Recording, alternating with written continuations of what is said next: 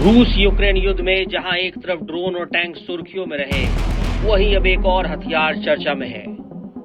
नाम है Zircon hypersonic antiship missile. ये कोई आम मिसाइल नहीं, बल्कि एक ऐसा हथियार है जिसे रूस अपना गेम चेंजर बता रहा है। आखिर क्या है इस मिसाइल की खासियत और कैसे यूक्रेन युद्ध में नया मोड़ ला सकता है, ये समझिए। क्या है जिरकॉन मिसाइल? जिरकॉन मिसाइल को रूस ने खास तौर पर समुद्री युद्ध के लिए तैयार किया है। इसका मकसद है दुश्मनों के जहाजों को बेहद तेज और सटीक तरीके से तबाह करना। इसका पूरा नाम है 3M22 सिरकॉन यानी जिरकॉन। इसे रूस की रक्षा प्रणाली में सबसे आधुनिक और घातक हाइपरसोनिक मिसाइल माना जाता है। ये मिसाइल हाइपरसोनिक स्पीड यानी ध्वनि की गति से 9 गुना तेज चलती है, जिससे इसको पकड़ना या मारना या गिराना लगभग नामुमकिन हो जाता है। इसकी रेंज करीब 1000 किलोमीटर तक है। इसे युद्धपोतों और पनडुब्बियों से लॉन्च किया जा सकता है।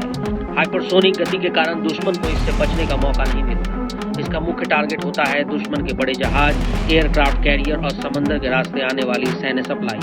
हाल में ही खबरें आई कि रूस ने यूक्रेन के खिलाफ इस मिसाइल का इस्तेमाल किया है। यूक्रेन की सेना का कहना है कि रूस ने जिस जिरकॉन मिसाइल से हमला किया उससे भारी नुकसान हुआ। हालांकि रूस की ओर से आधिकारिक तौर पर इसकी पुष्टि नहीं हुई,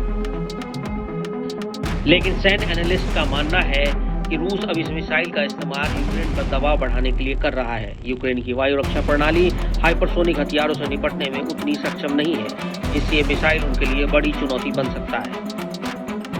अमेरिका और नाटो अभी भी इस तरह की मिसाइलों को रोकने की तकनीक पूरी तरह डेवलप नहीं कर पाए हैं। यह मिसाइल सर्जिकल स्ट्राइक जैसे तेजी से टारगेट हिट कर सकती है। इससे रूस को समुद्र में बढ़त मिलती है, खासकर जब बात ब्लैक सी और बाल्टिक जैसे इलाकों की हो। हाल में ही यूक्रेन ने रूस के एयरबेसों को ड्रोन से निशाना बनाकर हमला किया था, जिससे रूस को काफी नुकसान उठाना पड़ा। यूक्रेन ने दावा किया कि उसने ड्रोन की मदद से रूस के A-50, Tu-95, Tu-22, M3 और Tu-160 विमानों को निशाना बनाया।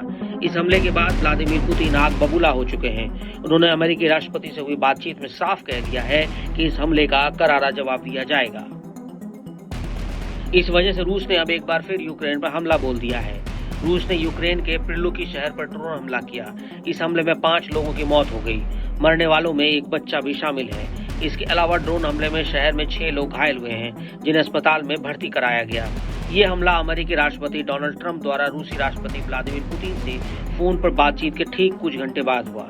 यूक्रेन के उत्तरी शहर पिलुकी में सुबह रूस ने ड्रोन हमला किया। रूस के इस हमले में कम से कम 5 लोगों की मौत हो गई।